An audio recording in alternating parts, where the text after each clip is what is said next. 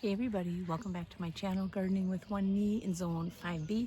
My name is Janelle and I'm here to help take the intimidation out of gardening and maybe help propel you onto a little bit of food independence. We're going to go from everything from seed to soil to sink to shelf. And today's video is a little bit about what I learned about what I planted last year. Now these are my raised beds back here and they go along the side of the garage. The ones up here by the garage, those are 4 by 8 by 2 feet deep. 2 of them have just strawberries in. And last year my little strawberry patch gave me 22 pounds of strawberries. If I had not been weighing them as I picked them, I probably wouldn't have realized how abundant that was. But seeing the number, that really popped out to me. So strawberries are a definite win for me. I did make some jam and I did freeze some, and I also made some strawberry lemonade. So I'm gonna definitely keep going with the strawberry. Strawberry plants last about 3 years before they before they kind of stop producing as much. The yields will go down, the berries will be smaller, and then you replace your berry patch. You can do this by propagating the runners off of strawberries and get new strawberry plants. I started out with about 20 plants and then I expanded my garden to I think 35 or 40 just by going with propagating runners. So that is a way to help keep the expense down, and I will be doing that going forward. It's not hard to do. All it is you want to keep that runner in touch with soil, and eventually it'll start to produce a root. Magic. So the other thing I planted was garlic. I think I planted about 90 bulbs, I think it was. And in spring we get something called garlic scapes, and that's that little curly thing that you see on top of the garlic, and it's going to produce a bulb, which is the flower, and you want to snip that off before it does flower, because all of a sudden the energy is going to go to the flower and not to the garlic that's in the soil. I plant my garlic around Halloween each year, and then it's usually ready like the 3rd week in July, and July, somewhere in there. So garlic scapes are definitely a spring treat. You can chop them up for on pizza. You can saute them and have them with a steak or a burger. I made garlic pesto, garlic scape pesto. That was really yummy. So those are a lot of things that you can do with such a nice treat from spring. The next thing I'm going to talk about is peas. I planted 70 plants and I got 5 3/4 pounds of peas. Will I plant peas again? Yep. I like peas. I froze some, I ate most, and then some of them I picked just at the pea pod stage so that I could have that in mixed vegetables for stir fries. I always have stir fry day. Don't ask. I live by myself, so I invent things and get all weird in the head. I did plant potatoes. I planted 4 plants. I had 2 in this planter right here over my shoulder, and then 2 in grow bags. The 2 in the planter did not give me a lot of potatoes, but it gave me large potatoes. And the 2 that were in grow bags gave me a lot of smaller potatoes. All were fine. I'm not gonna really be upset about that. But I just wanted to let you know those were the differences that I learned. And again, if I didn't experiment and keep track of things, I wouldn't know these things. Years ago when I started gardening, I would just buy a bag of potting soil and jab a bunch of holes all around it and then roll over the top, and I would put 1 or 2 seed potatoes in each bag of potting soil. I would get like, I don't know, 8 pounds of potatoes per plant. So that's definitely an inexpensive way to grow potatoes. The next thing I'm going to talk about is currants. I have 2 currant bushes down below the hill here close to the creek. Last year I got 6 pounds of currants, and I still had currant jelly left from the year before. So I processed them, meaning all I did was I cooked them down with a little bit of water, and then I ran the fruit through a jelly bag, which is nothing more than like a muslin bag on a stand, and then it lets that mush drip, so all you're collecting is the juice. You don't want to ever squeeze those bags, because then you're going to start to release the starches from the fruit too, and your jelly will be cloudy. It'll still be good to eat, but it'll just be cloudy. I make currant jelly, which was my absolute favorite as a kid. And I make it I'll leave some plain, which is what I usually have for breakfast. And then some I will add red pepper flakes to. That's really good if you put a blob of cream cheese on a cracker and then top it off with some currant jelly. And then the other couple jars that I do with like the tail end is I will add some spice like cinnamon stick, a star of anise, some cardamom, maybe 1 or 2 cloves, and I'll just cook that down a little bit to bring those flavors into the liquid. And then I call it my Christmas jelly, my Christmas currant jelly, just because it's got the spices that you kind of see more around Christmas time. The other thing I'll talk about is my cucumbers. Now I planted 1 plant of China jade and 1 plant of the bush cucumbers. I got 8.39 pounds off of the China jade cucumber. I'm reading my notes. And that was 17 cucumbers. And then off the bush cucumber, I got 9 cucumbers, which totaled 15.1 ounces. So by far the China jade was the high producer, and I had lots of cucumber salad last summer. I'm not complaining, it was delicious. I didn't even get sick of it. The bush cucumbers, that was a low production, and I was not able to make cucumbers. Now, could I have gone to a farmer's market or a produce stand and picked some up? I could have. I still had some on the shelf though, so it wasn't an urgent thing for me to can. You can can pickles, all sorts of different recipes. There's sweet and sour, bread and butter, refrigerator pickles, which those you don't can, you just make those in the refrigerator. But I like mine as a dill pickle, so I'll put a little garlic clove, a little onion, a couple peppercorns, and then dill in with my pickles, and then I add my brine and can it that way. That's the recipe my mom had, and that's the one I kind of like. The next thing is cauliflower. Now I had 3 plants of cauliflower. Did they produce a lot? No, the grand total was 2.79 pounds. And that was kind of a test, because I thought if I had a lot of cauliflower, then maybe this year I would grow more, and also broccoli. Cauliflower, broccoli, cabbage, kohlrabi, they're all in the same family called the brassica. I will not be planting cauliflower or broccoli. I'm going to save that space for cabbage. And then the next thing I'm going to talk about is garlic. Now, last year I planted about 90 cloves of garlic. And what I do is I just save my largest cloves or largest bulbs of garlic that I grow, and then I put those in the ground in fall.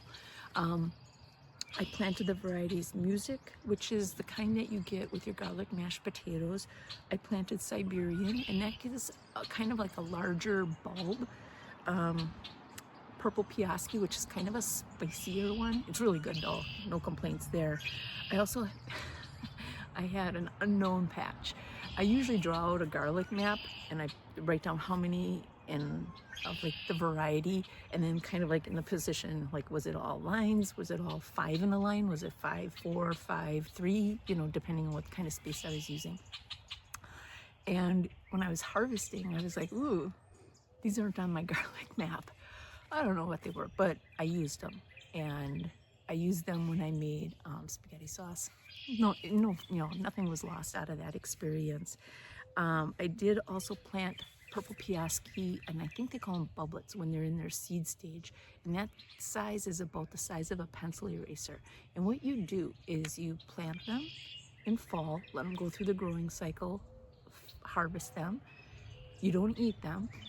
Next year you do the same thing. You plant them in fall, harvest them, you don't eat them, but they were a little bit bigger last year. This year I should be able to plant them and harvest them for consumption. I've never done this before, but I wanted to give it a try. So now I'm on year 3, and this is the year that they should be harvestable. The other thing I planted was onions. I planted yellow onions and white onions, and I had a random group of red onions in there with those seeds. Those were seeds that I bought from the store. They were brand new seeds, and I've never grown red onions here. And it was a little bit of a surprise. I used them, you know, I put them actually in salsa. I used white onion and red onion just for some color. And So that was not like a total upset or anything like that. But I did grow them from seed, and last year was the first time that I ever grew onions successfully after quite a few years of trying. I had been growing them as onion sets for many years, and they would never amount to much. I don't know if it's the difference because I grew them from seed and then they took off, or if I had them in a better spot. Onions like a lot of light. They like to be watered and they like to have fertilizer. So maybe I just took better care of those onions in that patch. But I'm looking forward to planting them again because I planted 70 onions, and then that gave me 3/4 pound red, 8.5 pounds of yellow, and 10 pounds of white. I'm kind of the person that goes after the white ones because they're a little bit sharper in flavor, and I like that in a salsa. I planted carrots last year. I planted both purple and the regular orange carrots. Somebody had told me that, oh, the purple ones are so much sweeter. So I'm like, oh. So I ordered the seeds and I planted them. And they turned out nice. They're, a purple skin and the orange on the inside. I did not notice the flavor difference. It tasted like a carrot. I did freeze some. The orange ones, I froze a couple bags of 4-cup portions because I have a carrot casserole recipe that calls for 4 cups of sliced frozen carrots. I put some in stir-fry bags. So my stir-fry bags had pea pods, carrots, I think a little bit of onions, and then, some shelled peas. I planted a second round of peas at the end of July, and they didn't produce a whole lot, but in their defense, I was harvesting the pods because I wanted pea pods for stir fries, so they never got to mature. So I don't know, there's not really a way that I'd really care to keep track of how much pea pods I got, but it was still successful because then at that time of year when those peas are ready, the carrots are also ready, so you can kind of harvest them around the same time, process them in the same time, and then freeze them. And all I did for processing was I cleaned them, peeled them, cut them up into whatever portions. I blanched them, and then I threw them in ice water, and then I froze them, and that was it. I planted parsnips. Roasted parsnips are so wonderful. They're so good.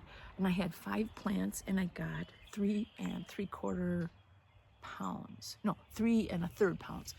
And those come out of the ground towards the end of summer also. They take almost all summer to get going. And if I remember right, the seeds took quite a long time to germinate too. So always kind of read your seed package. It will tell you like the average germination rate and what to expect.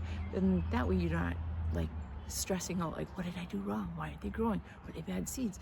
If it says it's going to take 14 to 21 days to sprout, give it 14 to 21 days.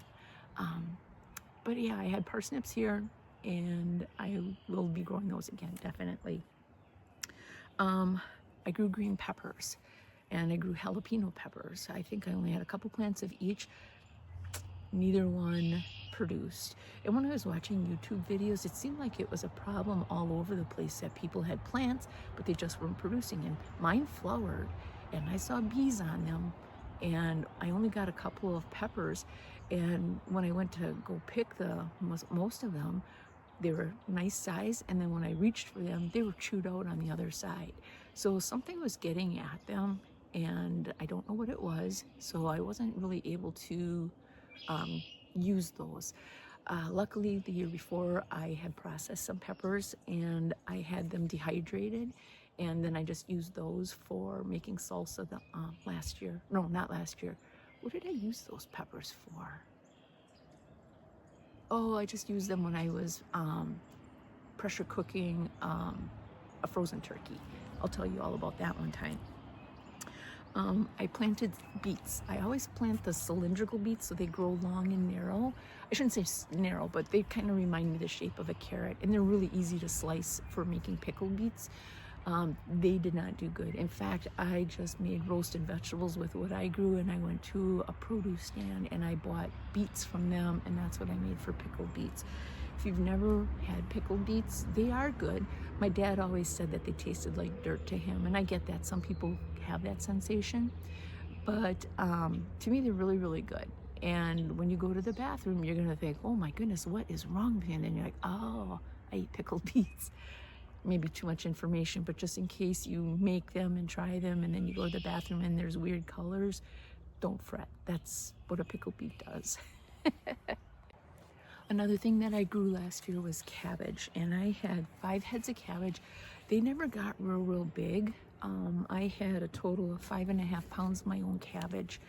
I make sauerkraut. I make kind of a lot of sauerkraut. I like things like Reuben casserole, and then there's something in the Czechoslovakian world called matanki, and it's kind of like a sauerkraut pancake where you use sauerkraut cracklings, flour, a little bit of pepper, and you roll that out real thin, and you put it on a cookie sheet, and you bake it in a hot oven. I grew up on those. They're delicious, and I think like the Polish call it Plutzki, or maybe the German call it Plutzki, but it's kind of like something pretty common in the Czechoslovakian, Polish, and German communities. So that's why I like to make sauerkraut. Plus, it's full of probiotics. I had a medical episode a couple years ago where I was in the hospital for, I think, 5 days. And when they sent me home, they said, you know, you're going to be on some pretty harsh antibiotics. Make sure that when you pick up your scripts, pick up some probiotics. And I said, well, I kind of dabble with kefir, but I also eat sauerkraut. I usually just take like a forkful or 2 a day. And he said, say no more. He said a 1/4 cup of sauerkraut has as much probiotics as it does in the pill form. So I can the 1/2 pint size of sauerkraut, and I'll just eat a forkful or 2 out of there a day. There's my probiotics. It's also really good on salad, and it's really good on pizza. So don't be afraid to try it in other ways other than just, you know, with pork or on a broth or something. It's really good in other ways. The other thing, this is kind of cute. I grew pumpkins. I did not plant pumpkins. However, I have a compost heap, and I think what happened was the chipmunks or the squirrels gathered up some seeds and they buried them over there in that cedar line. And all of a sudden there was something growing, and I thought, that looks like a pumpkin or a gourd. And I just kind of let it ride out, and I kept it watered, and it turned out to be pumpkins. It was just a little pie size, and I got 4 pumpkins off of that one plant. And I just, you know, small pumpkins are way too hard to carve a jack-o'-lantern out of. So what I usually do with my small pumpkins, and I've been doing this for years, is I carve a bunch of stars out of them. I just put like 1 star on one pumpkin, and I'll carve a moon on another pumpkin, and I just use them for luminaries. Just a little fall decoration that I do. I did plant some ornamental corn, and I got, I think, 5 ears off of that in different colors. So that was kind of a win for me. And then I had the corn stalks to decorate for fall. I did grow some gourds. I didn't get a whole lot, but I don't ever really need a whole lot. I just need some for fall decorating. I'll do that again. I'll grow 1 or 2 gourd plants, and I'll grow probably, I think I grew 9 corn last year, and I think 6 made it, I think it was. I do not grow sweet corn here, and the reason is these raised beds, they're anywhere from 18 inches to 2 feet high. So if we get any kind of wind, it will knock it over, guaranteed. I don't eat a whole lot of corn on the cob. It's good, you know, like 1 or 2 times, and then of course I use it when I make salsa with corn in it.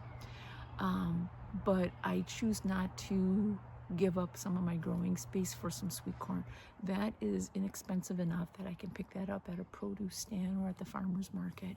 So that's why I don't plant corn. I'm just afraid that, because we get storms here, and I just don't want it to be flattened, because all that hard work goes right down to the ground, and then the corn never produces. It can't.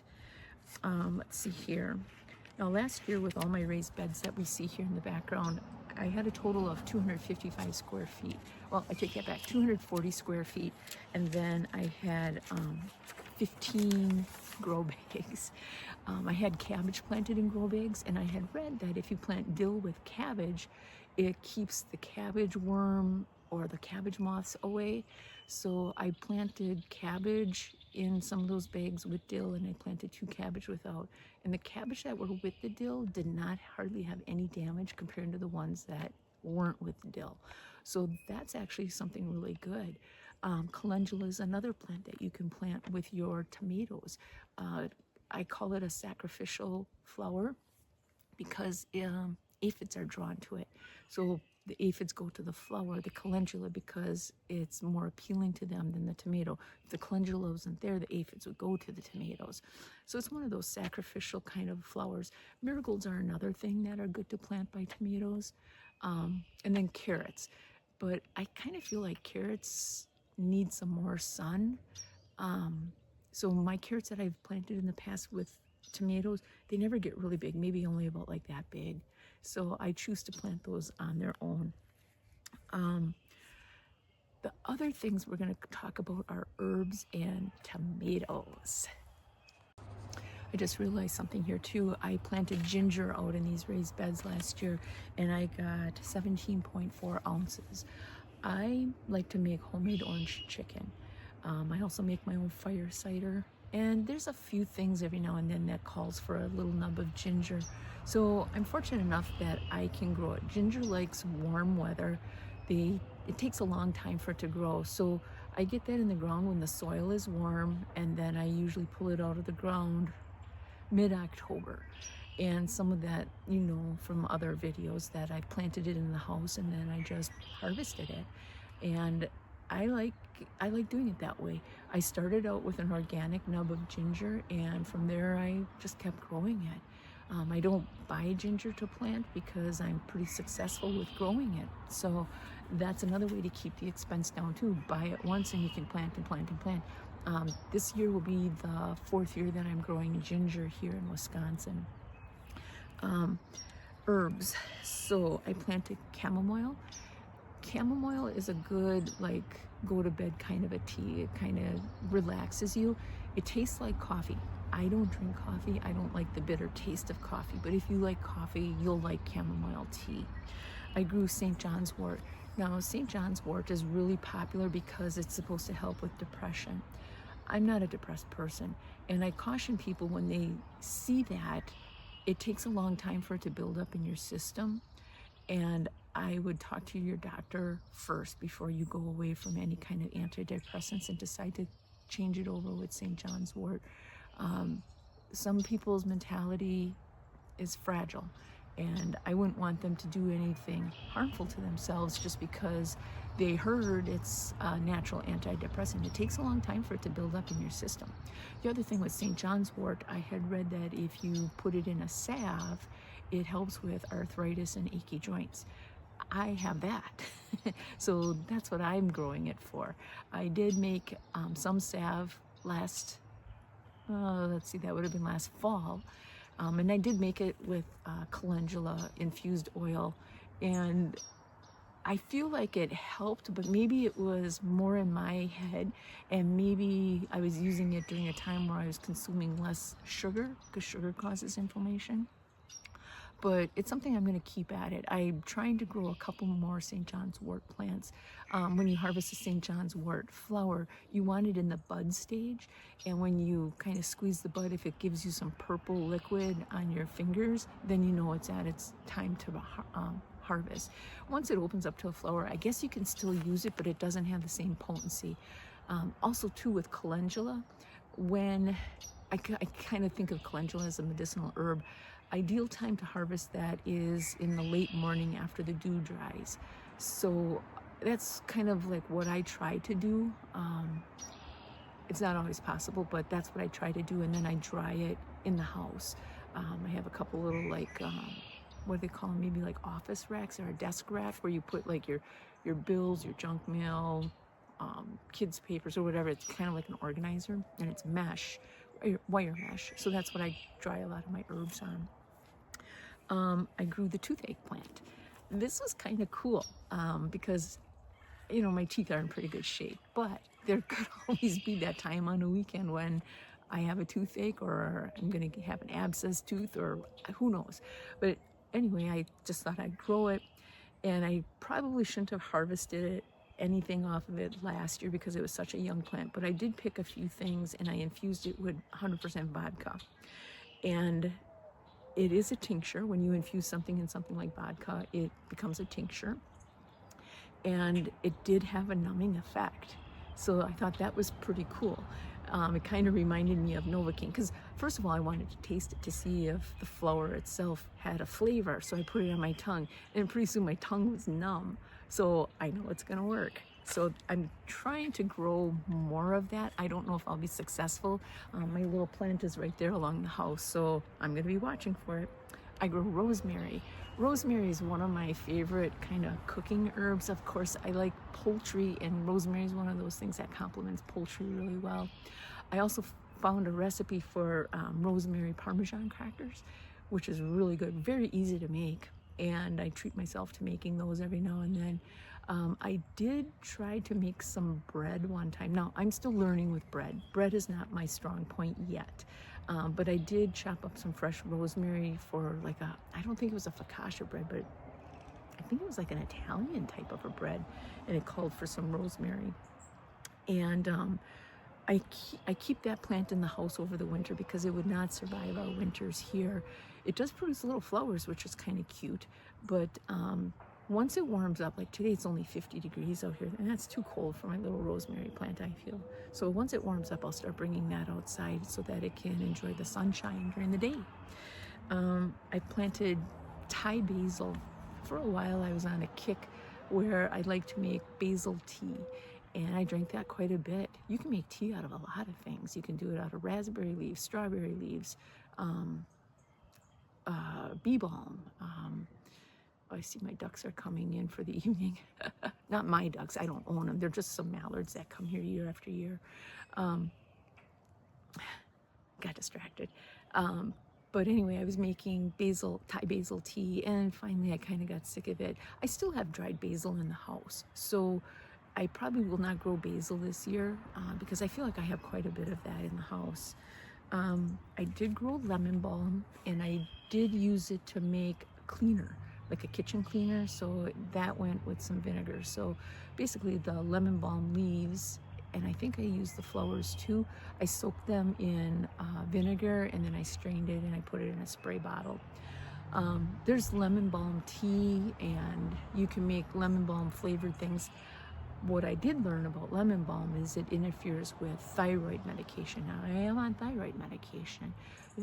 Lemon balm is something that I cannot have because I was all for it, like, ooh, I could have lemon balm tea. Nope, not this girl. Horseradish is another thing that interferes with thyroid medication. I grew up on horseradish mustard. When I was a kid, I didn't have a thyroid problem. That didn't happen until maybe like 10 years ago. But I grew up on horseradish mustard, and I think I was in 8th grade before I found that there was other mustards. I shouldn't say that. I know that they had other mustards in restaurants, but I guess I never put 2 and 2 together that yellow mustard or like Grey Poupon or something was available for just anybody. So I guess we grew up on horseradish, tough kids. I grew lavender, obvious reasons. I grew something called plantain, and that's actually a weed, but it does have a soothing effect. So if you get stung by a wasp or a bee, you crunch up the plantain leaves, just crunch them up, or you can just chew them up just to get the juices from the plant, and then you put that on your sting, and that settles it down. I made sting sticks out of plantain last year. Let me see what else I have here. Red clover is something new that I'm going to plant this year. I might regret it, but I was reading about all the minerals that are in the flower of red clover. And last summer, what I did was, I know it was in July, I went out of the village a little bit onto a less traveled road.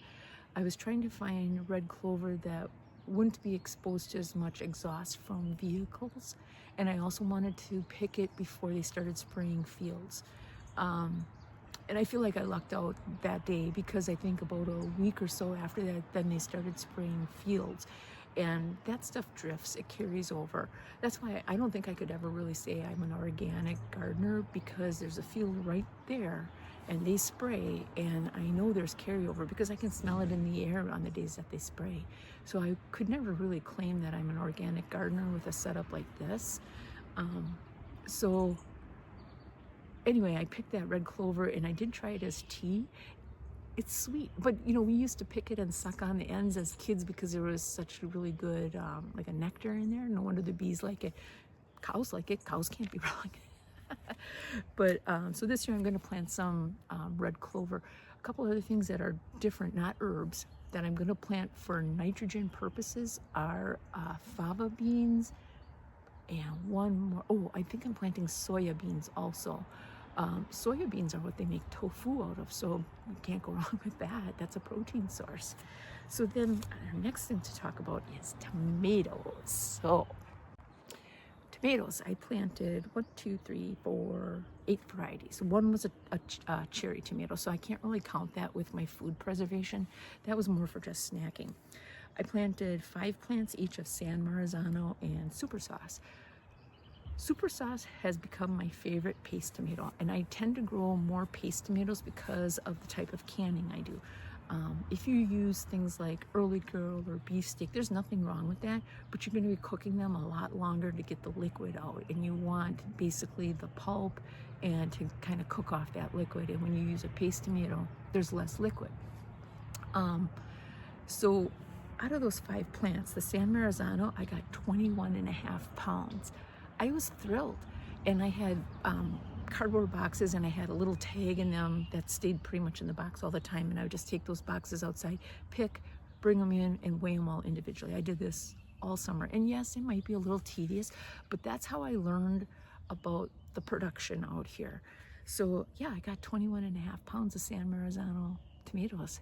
And then my Super Sauce, 5 plants again, I got 61.75 pounds. Yeah, over 60 pounds.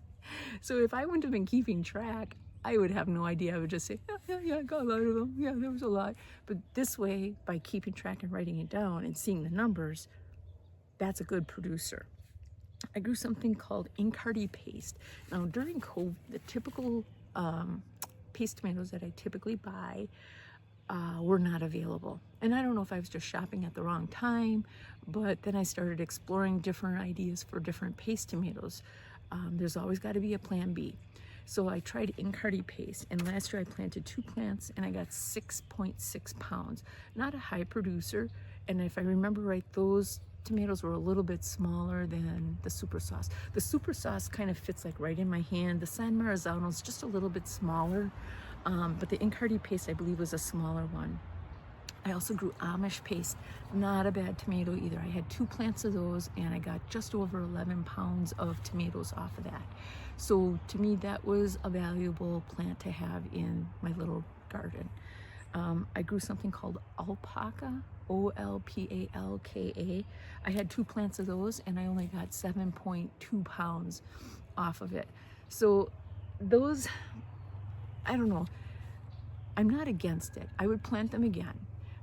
Because they did produce, and if I remember right, they were about the size of the Incardi paste or the size of the San Marzano. So they weren't bad, but if I had to come up with 60 pounds of tomatoes to do my canning, I definitely would lean more towards the Super Sauce to get that accomplished. The next one here is something called Mortgage Lifter. I only had 1 plant and it gave me just over 1 pound. Mortgage Lifter is, I think that's the one that's a good storage tomato.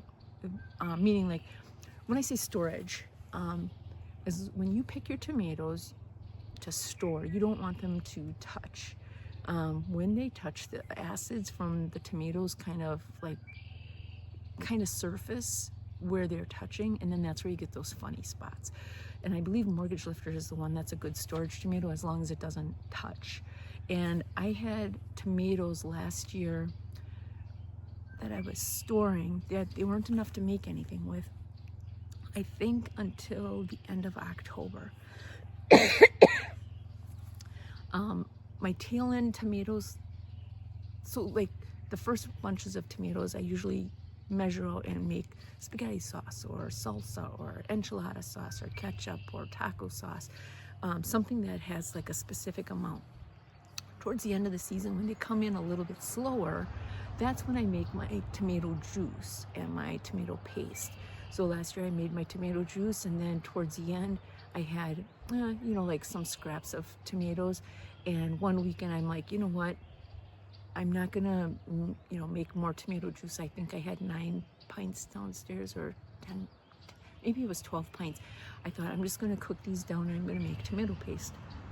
And that's what I did. So those are all things that I don't buy. I feel like I have less garbage to take out to the road each week because I don't have packaging. I'm just eating out of my glass jars. And the glass jars you can reuse year after year after year. Eventually, sometimes the bands, the rings, those will start to rust, and then you'll toss those. And the lids, I always buy new lids. I don't reuse my lids, but that's really the only expenses that are year to year, is to invest in new lids and maybe rings. Now, I've got so many rings downstairs. I will not have to invest in any for the rest of my life, guaranteed. They're all in pretty good shape. I grew another tomato called the Gilberty Paste, and that was a nice tomato too. I planted 2 plants and it says I got 5.3 pounds. So that was worth it. Now, between all those paste tomatoes and my cherry tomato, I pulled out of my garden 206.24 pounds. I'm impressed. And I did have some blight, and I follow somebody on TikTok, and I can't think of her name, but she is super tomato smart, and she said to put down 6 mil poly, which is the plastic like you see on greenhouses, and cover the area and let the sun cook that fungus out of the soil. So what that tells me is the fungus was in the soil. The leaves from my plants at some point must have touched that soil, and then that's how they got blight. So next year I'm going to be trimming up my tomatoes much sooner so that there's no chance of that. So that's a little bit about my garden. Those are my goals. Those are my plans this year. We're about 1 month away from our last frost date. They say our last frost date is anywhere from May 1st to May 10th this year. I know better than to put anything in the ground on May 1st, unless it's going to be protected some way. And I have ways to do that, which I could show you when those times come. But like to plant corn or tomatoes or peppers, the things that like warm soil, I would not put those out until probably closer to Memorial Day weekend. Memorial Day weekend is pretty much like our safe time. We've only had frost on Memorial Day weekend a few times in the last 10, 15 years. And it's usually not a hard frost, it's just something really light. So I know that if my peppers were exposed to that frost, or my tomatoes, that could do them in because they're so young. So hopefully this video was informative. I change things up every year. Any gardener probably does. At the end of each gardening season, I always ask myself, what surprised me? What disappointed me? And what am I going to do different next year? So last year, my onions surprised me. My peppers disappointed me. And I'm adding more growing space this year. So I did invest in some extra beds. Last fall I found some on sale, and they were 2 foot by 5 foot by 1 foot deep. So I put those into place and filled them with dirt last fall. And then over winter I was on Amazon and I found raised beds that were 2 foot by 4 foot by 1 foot deep. So I ordered 3 of those, and that's going to expand my growing space. I know that there's raised beds out there that are like 10 inches tall, but I kind of want a raised bed that if something needs their roots to go deep, like potatoes, I want that to be in something like this. Onions have a real shallow root system, so those could go into one of those lower beds with no problems. Peas could. There's probably a few other things I can't think of off the top of my head. So with that, I will part. Please like, follow, share, subscribe, tell all your friends, and I'll see you in the next video. It's gardening time. Have a great day. Bye.